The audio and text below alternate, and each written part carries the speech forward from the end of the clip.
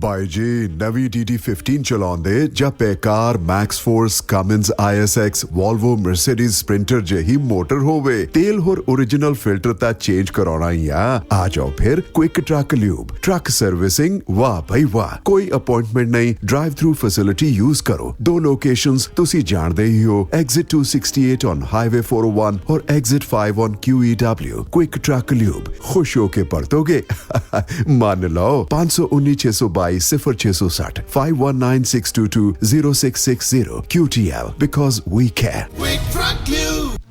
ਓਏ ਮੇਰੇ ਵੀਰ ਮੈਨੂੰ ਬਸ ਇੱਕ ਗੱਲ ਦੱਸ ਦੇ ਵੀ ਆ ਜਿਹੜੀ ਤੂੰ ਟਰੈਵਲਿੰਗ ਕਰਦਾ ਤੇ ਉਹਦੇ ਤੋਂ ਬਾਅਦ ਫਰੈਸ਼ ਰਹਿਣਾ ਇਹਦਾ ਰਾਜ਼ ਕੀ ਹੈ?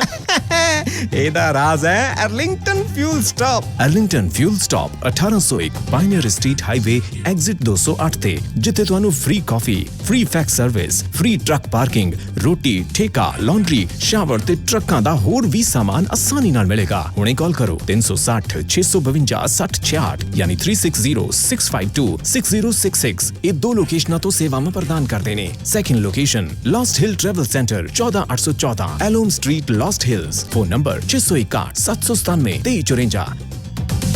ਉਹ ਯਾਰ ਕੀ ਸੁਪਨੇ ਦੇਖੇ ਸੀ ਕੈਨੇਡਾ ਆਉਣ ਤੋਂ ਪਹਿਲਾਂ? ਉਹ ਸੁਪਨੇ ਪੂਰੇ ਕਰਨੇ ਆ ਤਾਂ ਡ੍ਰੀਮ ਲਾਈਨਰ ਐਕਸਪ੍ਰੈਸ ਵਾਲਿਆਂ ਨੂੰ ਕਾਲ ਕਰ।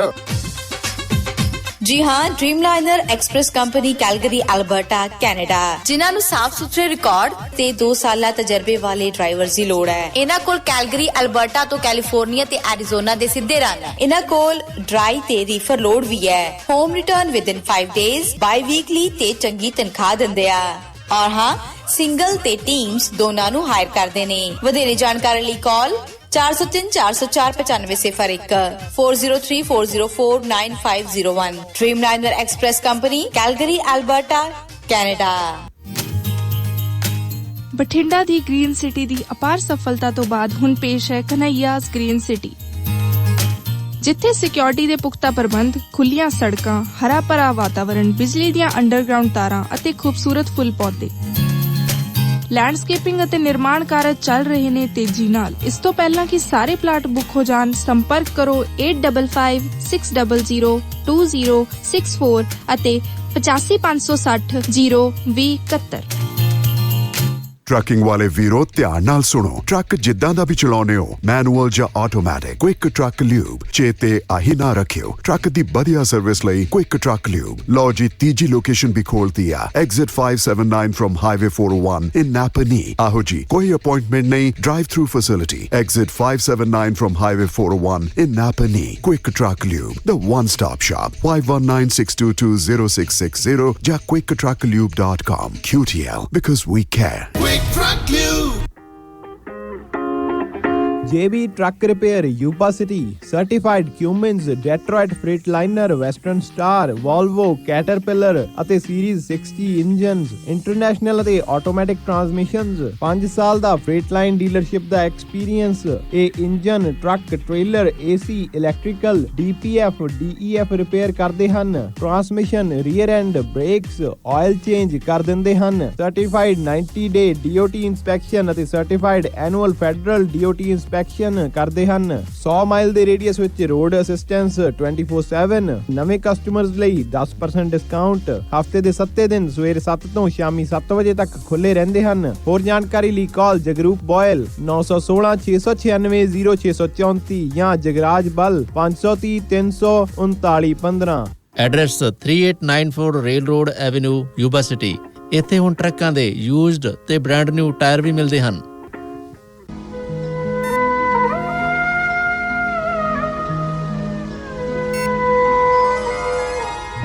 ਸ਼ਮਾਦਾਨ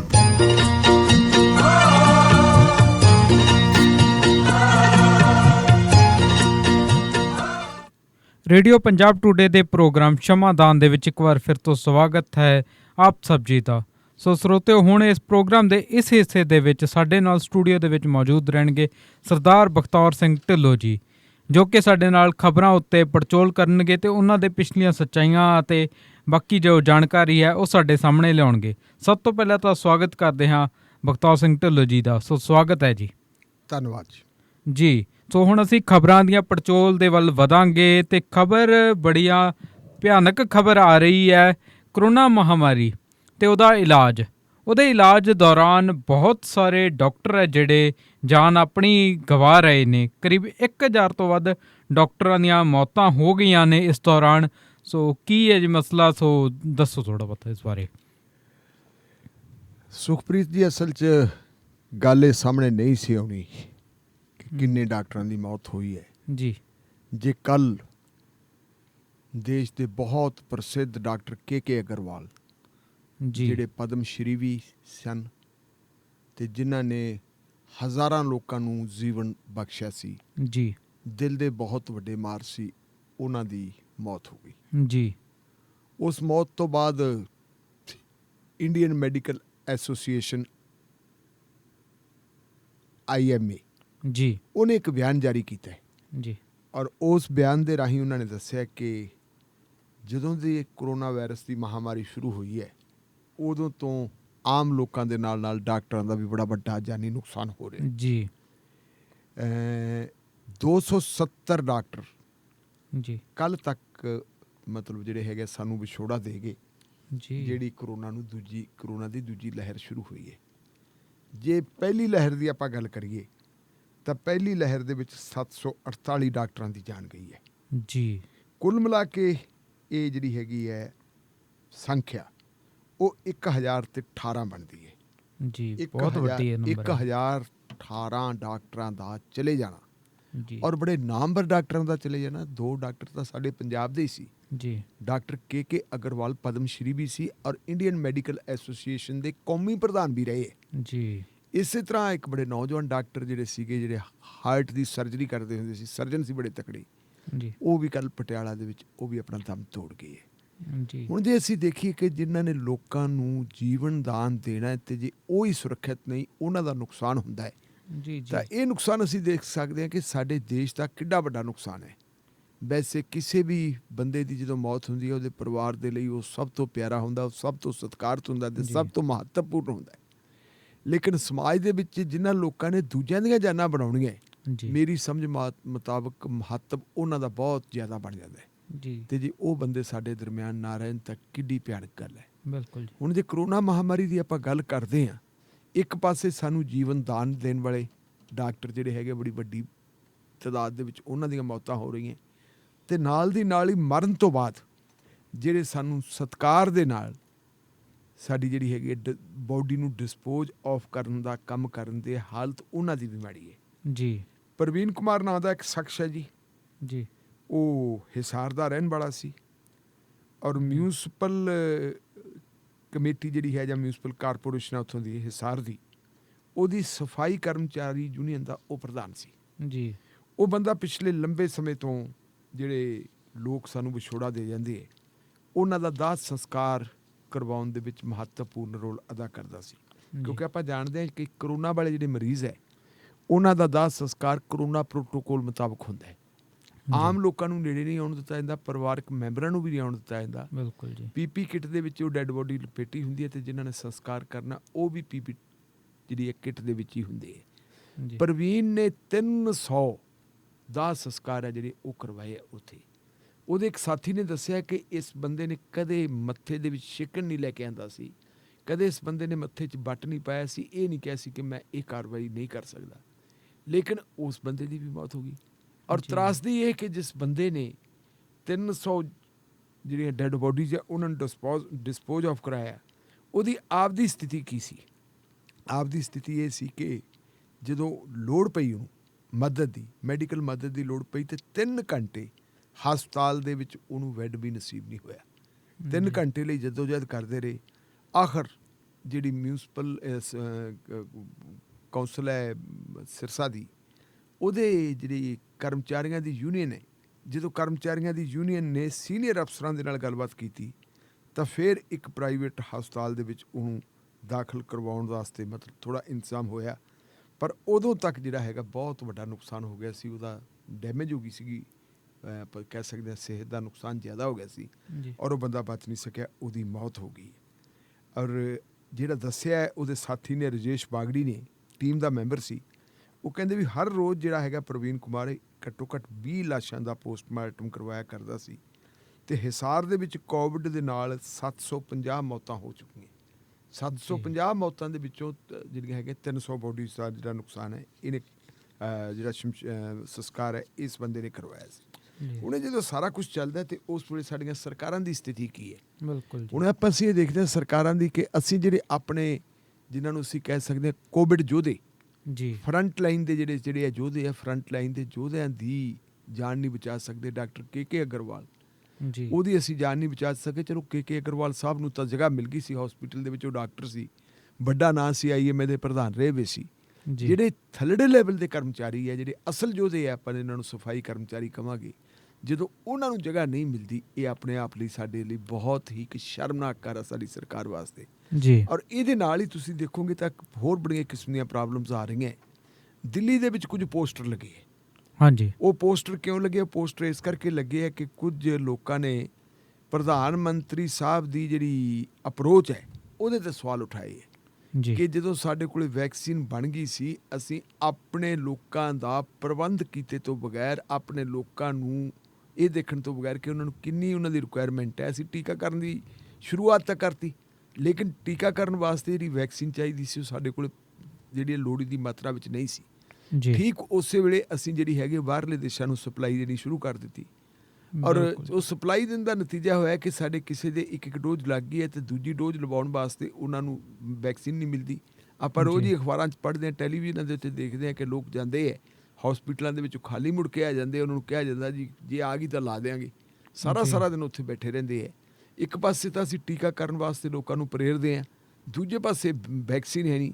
ਕੱਲ੍ਹ ਵੀ ਪੰਜਾਬ ਦੇ ਮੁੱਖ ਮੰਤਰੀ ਨੇ ਵਰਚੁਅਲ ਮੀਟਿੰਗ ਦੇ ਜ਼ਰੀਏ ਪੰਜਾਬ ਦੀਆਂ ਪੰਚਾਇਤਾਂ ਦੇ ਨਾਲ ਗੱਲ ਕੀਤੀ ਤੇ ਉਹਨਾਂ ਨੇ ਕਿਹਾ ਕਿ ਜਿਹੜੇ ਪਿੰਡ ਦੇ ਵਿੱਚ ਲੋਕਾਂ ਨੇ ਮੁਕੰਮਲ ਤੌਰ ਦੇ ਉੱਤੇ ਟੀਕਾਕਰਨ ਕਰਵਾ ਲਿਆ, ਉਸ ਪਿੰਡ ਦੀ ਪੰਚਾਇਤ ਨੂੰ 10 ਲੱਖ ਰੁਪਈਆ ਜਿਹੜਾ ਪਿੰਡ ਦੇ ਵਿਕਾਸ ਵਾਸਤੇ ਦਿੱਤਾ ਜਾਊਗਾ। ਵਿਕਾਸ ਵਾਸਤੇ ਦਿਓਗੇ, ਟੀਕਾਕਰਨ ਵਾਸਤੇ ਲੋਕ ਤਿਆਰ ਹੈ, ਲੇਕਿਨ ਲੋਕ ਲਵਾਉਣ ਕਿੱਥੋਂ ਜਦੋਂ ਵੈਕਸੀਨ ਹੈ ਨਹੀਂ, ਜਦੋਂ ਟੀਕੇ ਹੀ ਹੈ ਨਹੀਂ ਤਾਂ ਲਾਉਣਗੇ ਕਿੱਥੋਂ ਲਵਾਉਣਗੇ? ਸੋ ਇਹ ਜਿਹੜੀ ਹੈ ਤਾਂ ਦਿੱਲੀ ਦੇ ਵਿੱਚ ਇਸ਼ਤਿਹਾਰ ਲਾ ਦਿੱਤੇ ਮਾਪਿਆਂ ਨੇ ਕਿ ਸਾਡੇ ਬੱਚਿਆਂ ਦੀ ਕੀਮਤ ਦੇ ਉੱਪਰ, ਸਾਡੇ ਬੱਚਿਆਂ ਦੀਆਂ ਜਾਨਾਂ ਦੀਆਂ ਕੀਮਤ ਦੇ ਉੱਤੇ ਜਿਹੜੀ ਹੈਗੀ ਹੈ ਉਹ ਵੈਕਸੀਨ ਬਾਹਰ ਕਿਉਂ ਭੇਜੀ ਗਈ? ਬਿਲਕੁਲ, ਜਦੋਂ ਇਹ ਇਸ਼ਤਿਹਾਰ ਲਾਤੇ ਤੇ ਫਿਰ ਨਾਲ ਦੀ ਨਾਲ ਦਿੱਲੀ ਦੀ ਪੁਲਿਸ ਜਿਹੜੀ ਐਕਟਿਵ ਹੋ ਗਈ ਕਿ ਮਹਾਮਹਿਮ ਪ੍ਰਧਾਨ ਮੰਤਰੀ ਸਾਹਿਬ ਦੇ ਖਿਲਾਫ ਇਸ਼ਤਿਹਾਰ ਕਿਉਂ ਲਾਤੇ ਜੀ। ਉਹਨਾਂ ਨੇ ਮੁਕੱਦਮੇ ਦਰਜ ਕਰਨੇ ਸ਼ੁਰੂ ਕਰ ਦਿੱਤੇ ਤੇ ਕਈ ਸਾਰੇ ਲੋਕਾਂ ਨੂੰ ਗ੍ਰਿਫਤਾਰ ਵੀ ਕਰ ਲਿਆ ਜੀ। ਹੁਣ ਇਹ ਮਾਮਲਾ ਸੁਪਰੀਮ ਕੋਰਟ 'ਚ ਪਹੁੰਚ ਚੁੱਕੇ ਜੀ ਕਿ ਜਿਹੜੀ ਵਿਚਾਰਾਂ ਦੇ ਪ੍ਰਗਟਾਵੇ ਦੀ ਆਜ਼ਾਦੀ ਸਾਨੂੰ ਕਨਸਟੀਟਿਊਸ਼ਨ ਨੇ ਦਿੱਤੀ ਹੈ। ਬਿਲਕੁਲ ਜੀ, ਸਾਡਾ ਸੰਵਿਧਾਨ ਕਹਿੰਦਾ ਕਿ ਜੋ ਸਾਡਾ ਗੁੱਬ ਗਵਾੜ ਹੈ ਅਸੀਂ ਕੱਢ ਸਕਦੇ। ਉਹਨਾਂ ਨੇ ਪ੍ਰਧਾਨ ਮੰਤਰੀ ਨੂੰ ਕੋਈ ਥ੍ਰੈਟ ਨਹੀਂ ਕੀਤਾ ਜੀ, ਪ੍ਰਧਾਨ ਮੰਤਰੀ ਦੀ ਸ਼ਾਨ ਦੇ ਖਿਲਾਫ ਉਹਨਾਂ ਨੇ ਕੁਝ ਬੋਲਿਆ ਨਹੀਂ, ਸ਼ਾਨ ਦੇ ਖਿਲਾਫ ਕੁਝ ਲਿਖਿਆ ਨਹੀਂ ਜੀ। ਜੇ ਲਿਖਿਆ ਤਾਂ ਉਹਨਾਂ ਨੇ ਲਿਖਿਆ ਤਾਂ ਇੱਕ ਸਵਾਲ ਲਿਖਿਆ ਕਿ ਸ਼੍ਰੀਮਾਨ ਜੀ ਸਾਡੇ ਬੱਚਿਆਂ ਦੀਆਂ ਜਾਨਾਂ ਦੀ ਕੀਮਤ ਦੇ ਉੱਤੇ ਤੁਸੀਂ ਵਿਦੇਸ਼ਾਂ ਨੂੰ ਜਿਹੜੀ ਇਹ ਸਪਲਾਈ ਕਿਉਂ ਦਿੱਤੀ ਹੈ, ਇਹਦਾ ਸਾਨੂੰ ਜਵਾਬ ਦੇਣਾ ਚਾਹੀਦਾ। ਜਵਾਬ ਸਰਕਾਰ ਦੇ ਕੋਈ ਨਹੀਂ ਰਹੀ ਤੇ ਜੇ ਤੁਸੀਂ ਆਵਾਜ਼ ਉਠਾਉਣ ਵਾਲਿਆਂ ਦੇ ਖਿਲਾਫ, ਸਵਾਲ ਪੁੱਛਣ ਵਾਲਿਆਂ ਦੇ ਖਿਲਾਫ ਮੁਕੱਦਮੇ ਦਰਜ ਕਰੋਗੇ ਤਾਂ ਫਿਰ ਕੀ ਹੈ? ਇਸ ਮੁੱਦੇ ਨੂੰ ਲੈ ਕੇ ਹੁਣ ਹਰ ਇੱਕ ਬੰਦੇ ਨੇ ਇੱਕ ਕੰਪੇਨ ਚੱਲ ਪਈ ਹੈ। ਹਰੇਕ ਬੰਦਾ ਕਹਿੰਦਾ ਕਿ ਮੈਂ ਵੀ ਦੋਸ਼ੀ ਹਾਂ, ਮੈਨੂੰ ਵੀ ਗ੍ਰਿਫਤਾਰ ਕਰੋ ਤੇ ਮੈਨੂੰ ਵੀ ਗ੍ਰਿਫਤਾਰ ਕਰੋ। ਸਥਿਤੀ ਤਾਂ ਇੱਥੋਂ ਤੱਕ ਵਿਗੜੀ ਪਈ ਹੈ। ਲੇਕਿਨ ਸਾਡੀ ਹਾਲਤ ਕੀ ਹੈ ਕਿ ਅਸੀਂ ਅਜੇ ਤੱਕ ਵੀ ਜਿਹੜੀ ਹੈਗੀ ਹੈ ਆਮ ਤੌਰ ਦੇ ਉੱਤੇ ਇੱਕ ਜ਼ਿੰਦਗੀ ਦੇ ਵਿੱਚ ਬੰਦੇ ਦਾ ਸਭ ਤੋਂ ਵੱਡਾ ਉਸਤਾਦ ਤਜਰਬਾ ਹੁੰਦਾ ਹੈ। ਤਜਰਬੇ ਤੋਂ ਬਹੁਤ ਕੁਝ ਸਿੱਖਦੇ ਹਾਂ, ਲੇਕਿਨ ਅਸੀਂ ਤਜਰਬੇ ਦੇ ਵਿੱਚੋਂ ਜੋ ਸਿੱਖਣਾ ਸੀ ਉਹ ਨਹੀਂ ਸਿੱਖਿਆ। ਵਿਦੇਸ਼ਾਂ ਦੇ ਵਿੱਚ ਆਪਾਂ ਦੇਖੀਏ ਜਿਨ੍ਹਾਂ ਦੇਸ਼ਾਂ ਦੀ ਹਾਲਤ ਬਹੁਤ ਮਾੜੀ ਸੀ, ਉਹਨਾਂ ਨੇ ਆਪਣੇ ਤਜਰਬੇ ਦੇ ਵਿੱਚੋਂ ਦੇਖਿਆ ਕਿ ਸਾਡੇ 'ਚ ਆਹ ਕਮੀਆਂ ਪੇਸ਼ੀਆਂ ਰਹਿ ਗਈਆਂ ਤੇ ਉਹਨਾਂ ਨੇ ਉਹ ਕਮੀਆਂ ਪੇਸ਼ੀਆਂ ਦੂਰ ਕੀਤੀਆਂ। ਅੱਜ ਜੇ ਅਸੀਂ ਦੇਖੀਏ ਨਿਊਜ਼ੀਲੈਂਡ ਹੈ, ਆਸਟ੍ਰੇਲੀਆ, ਉਹਨਾਂ ਨੇ ਪ੍ਰੋਟੈਕਟ ਕੀਤਾ ਹੋਇਆ ਬਾਹਰਲੀ ਦੁਨੀਆ ਨੂੰ ਦੇ ਨਾਲ, ਉਹਨਾਂ ਨੇ ਆਪਣਾ ਕਨੈਕਸ਼ਨ ਕੱਟਿਆ ਹੋਇਆ। ਆਉਣ ਜਾਣ ਨਹੀਂ ਕਿਸੇ ਨੂੰ ਦਿੰਦੇ, ਖਾਸ ਕਰਕੇ ਉਹਨਾਂ ਦੇਸ਼ਾਂ ਨੂੰ ਜਿਨ੍ਹਾਂ ਦੇ ਵਿੱਚ ਕਰੋਨਾ ਮਹਾਮਾਰੀ ਦਾ ਪ੍ਰਕੋਪ ਜ਼ਿਆਦਾ, ਜਿਵੇਂ ਭਾਰਤ ਦੇ ਵਿੱਚੋਂ ਜਾ ਰਹੇ, ਉਹਨਾਂ ਨੇ ਬੈਨ ਕੀਤਾ ਹੋਇਆ। ਇਸੇ ਤਰੀਕੇ ਅਸੀਂ ਜੇ ਅਮਰੀਕਾ ਨੂੰ ਦੇਖੀਏ ਤਾਂ ਅਮਰੀਕਾ ਦੇ ਰਾਸ਼ਟਰਪਤੀ ਨੇ ਅਨਾਊਂਸ ਕਰ ਦਿੱਤਾ, ਉਹਨਾਂ ਨੇ ਕਹਿ ਦਿੱਤਾ ਕਿ ਜੀ ਸਾਡੇ ਦੇਸ਼ ਦੇ ਵਿੱਚ ਹੁਣ ਜਿਹੜਾ ਤੁਹਾਡਾ ਆਪਾਂ ਮਾਸਕ ਪਹਿਨਦੇ, ਮਾਸਕ ਪਹਿਨਣ ਦੀ ਕੋਈ ਲੋੜ ਨਹੀਂ, ਮਾਸਕ ਮੁਕਤ ਜਿਹੜਾ ਹੈਗਾ ਅਮਰੀਕਾ ਡਿਕਲੇਅਰ ਕਰ ਦਿੱਤਾ। ਹਾਲਾਂਕਿ ਉੱਥੋਂ ਦੇ ਮੈਡੀਕਲ ਸਟਾਫ ਨੇ ਇਸ ਗੱਲ ਦੇ ਉੱਤੇ ਇਤਰਾਜ਼ ਵੀ ਪ੍ਰਗਟ ਕੀਤਾ, ਉਹਨਾਂ ਨੇ ਪ੍ਰੋਟੈਸਟ ਵੀ ਕੀਤਾ ਹੈ ਕਿ ਨਹੀਂ ਜੀ ਮਾਸਕ ਤਾਂ ਜ਼ਰੂਰ ਲਾਉਣੇ ਚਾਹੀਦੇ, ਅਜੇ ਅਣਗਹਿਲੀ ਨਹੀਂ ਕਰਨੀ ਚਾਹੀਦੀ। ਇੱਦਾਂ ਹੀ ਜੇ ਅਸੀਂ ਦੇਖੀ ਤਾਂ ਇੰਗਲੈਂਡ ਦੀ ਹਾਲਤ ਵੀ ਮਾੜੀ ਸੀ, ਇਟਲੀ ਵਰਗੇ ਜਿਹੜੇ ਹੈਗੇ ਦੇਸ਼, ਯੂਰਪ ਦੇ ਦੇਸ਼ ਆ, ਹਾਲਤ ਉੱਥੋਂ ਦੀ ਵੀ ਮਾੜੀ ਸੀ। ਉਹਨਾਂ ਲੋਕਾਂ ਨੇ ਆਪਣੇ ਤਜਰਬੇ ਦੇ ਵਿੱਚੋਂ ਸਿੱਖਿਆ ਕਿ ਆਹ ਕਮੀਆਂ ਪੇਸ਼ੀਆਂ ਸੀ, ਉਹਨਾਂ ਨੇ ਉਹ ਕਮੀਆਂ ਪੇਸ਼ੀਆਂ ਦੂਰ ਕੀਤੀਆਂ ਤੇ ਅੱਜ ਉਹ ਮੁਲਕ ਦੇ, ਉਹਨਾਂ ਮੁਲਕਾਂ ਦੇ ਲੋਕ ਸੁਰੱਖਿਅਤ ਹੈ। ਲੇਕਿਨ ਅਸੀਂ ਬਗੈਰ ਕੋਈ ਹਿਸਾਬ ਕਿਤਾਬ ਲਾਇਆ, ਅਸੀਂ ਹਿਸਾਬ ਕਿਤਾਬ ਹੀ ਨਹੀਂ ਲਾਇਆ। ਇੱਕ ਵਾਰੀ ਸਾਡੇ ਕੋਲੇ ਆ ਗਏ ਤੇ ਸਾਡੇ ਤਾਂ ਜੀ ਐਲਾਨ ਕਰ ਦਿੱਤਾ, ਭਾਰਤੀ ਜਨਤਾ ਪਾਰਟੀ ਨੇ ਸਟੇਟਮੈਂਟ ਜਾਰੀ ਕਰ ਦਿੱਤੀ, ਰੈਜੂਲੇਸ਼ਨ ਪਾਸ ਕਰ ਦਿੱਤਾ ਕਿ ਨਰਿੰਦਰ ਮੋਦੀ ਸਾਹਿਬ ਨੇ ਕਰੋਨਾ ਤੇ ਫਤਿਹ ਪ੍ਰਾਪਤ ਕਰ ਲਈ। ਬਿਲਕੁਲ ਉਹਨੂੰ ਜੀ। ਜਿੱਤ ਡਿਕਲੇਅਰ ਕਰ ਦਿੱਤਾ, ਲੇਕਿਨ ਜਿੱਤ ਦਾ ਹੁਣ ਆਹ ਸਾਡੇ ਕੋਲੇ ਪਤਾ ਲੱਗਦਾ ਕਿ ਸਾਡੇ ਬੱਚੇ ਵੀ ਸਾਡੇ ਕੋਲੇ ਸੁਰੱਖਿਅਤ ਹੈ ਨਹੀਂ, ਸਾਡੇ ਡਾਕਟਰ ਵੀ ਸੁਰੱਖਿਅਤ ਹੈ ਨਹੀਂ, ਜਿਨ੍ਹਾਂ ਲੋਕਾਂ ਨੇ ਸਾਡੀਆਂ ਡੈੱਡ ਬੋਡੀ ਜੀ ਡਿਸਪੋਜ਼ ਆਫ ਕਰਨੀਆਂ ਉਹ ਵੀ ਸੁਰੱਖਿਅਤ ਹੈ ਨਹੀਂ ਜੀ। ਜੀ ਬਿਲਕੁਲ ਜੀ। ਸੋ ਸਰਕਾਰਾਂ ਕਿਸ ਕਦਰ ਫੇਲ ਹੋਈਆਂ ਨੇ ਤਾਂ ਹੁਣ ਸਾਨੂੰ ਸਾਫ਼ ਦਿਖ ਹੀ ਰਿਹਾ। ਇਸੇ ਦੌਰਾਨ ਥੋੜ੍ਹੀ ਜਿਹੀ ਗੱਲ ਆਪਾਂ ਰਾਮ ਰਹੀਮ ਬਾਰੇ ਵੀ ਕਰ ਲਈਏ, ਜਿਹਨੇ ਇੱਕ ਵਾਰ ਫਿਰ ਤੋਂ ਪੈਰੋਲ ਮੰਗ ਲਈ ਹੈ ਜੀ। ਸੋ ਕੀ ਬਹਾਨਾ ਇਸ ਵਾਰ ਲੱਭਿਆ ਗਿਆ ਹੈ ਪੈਰੋਲ ਮੰਗਣ ਦਾ, ਤੇ ਕਿਉਂ ਮੰਗੀ ਜਾ ਰਹੀ ਹੈ ਉਸ ਵੱਲੋਂ ਪੈਰੋਲ? ਦੇਖੋ, ਜਦੋਂ ਅਸੀਂ ਰਾਮ ਰਹੀਮ ਦੀ ਗੱਲ ਕਰਦੇ ਹਾਂ ਤਾਂ ਰਾਮ ਰਹੀਮ ਦੇ ਉੱਤੇ ਮੁਕੱਦਮਾ ਬਹੁਤ ਪੁਰਾਣਾ ਚੱਲ ਰਿਹਾ ਸੀ ਜੀ। ਮੁਕੱਦਮਾ ਇੱਕ ਨਹੀਂ, ਮੁਕੱਦਮੇ ਕਈ ਚੱਲ ਰਹੇ ਆ ਹਾਂਜੀ। ਰਾਮ ਰਹੀਮ ਦੇ ਖਿਲਾਫ, ਤੇ ਇੱਕ ਮੁਕੱਦਮੇ ਦੇ ਵਿੱਚ ਹਾਲੇ ਉਹਨੂੰ ਸਜ਼ਾ ਹੋਈ ਹੈ ਜੀ। ਦੂਜਾ ਮੇਰੇ ਖਿਆਲ ਸ਼ਾਇਦ ਉਹਦੇ 'ਚ ਵੀ ਹੋ ਗਈ ਹੋਵੇ, ਜਿਹੜਾ ਆਪਣਾ ਪੱਤਰਕਾਰ ਛਤਰਪਤੀ ਵਾਲਾ ਵੀ ਜੀ। ਪਰ ਅਜੇ ਕੁਝ ਮੁਕੱਦਮੇ ਰਹਿੰਦੇ ਵੀ ਹੈ ਜੀ। ਉਹਨਾਂ ਦੇ ਵਿੱਚੋਂ ਇੱਕ ਮੁਕੱਦਮਾ ਜਿਹੜਾ ਰਣਜੀਤ ਸਿੰਘ ਗੁਰਦੁਆਰੇ ਦੀ ਗੁਰਦੁਆਰਾ ਕਾ ਬੈਠੇ ਜਿਹਨੇ ਡੇਰੇ ਦੀ ਮੈਨੇਜਮੈਂਟ ਦਾ ਮੈਂਬਰ ਸੀ, ਜੀ ਜੀ ਜੀ। ਰਣਜੀਤ ਸਿੰਘ ਦਾ ਕਤਲ ਹੋਇਆ ਸੀ, ਉਸ ਕਤਲ ਦਾ ਮੁਕੱਦਮਾ ਵੀ ਹੈ।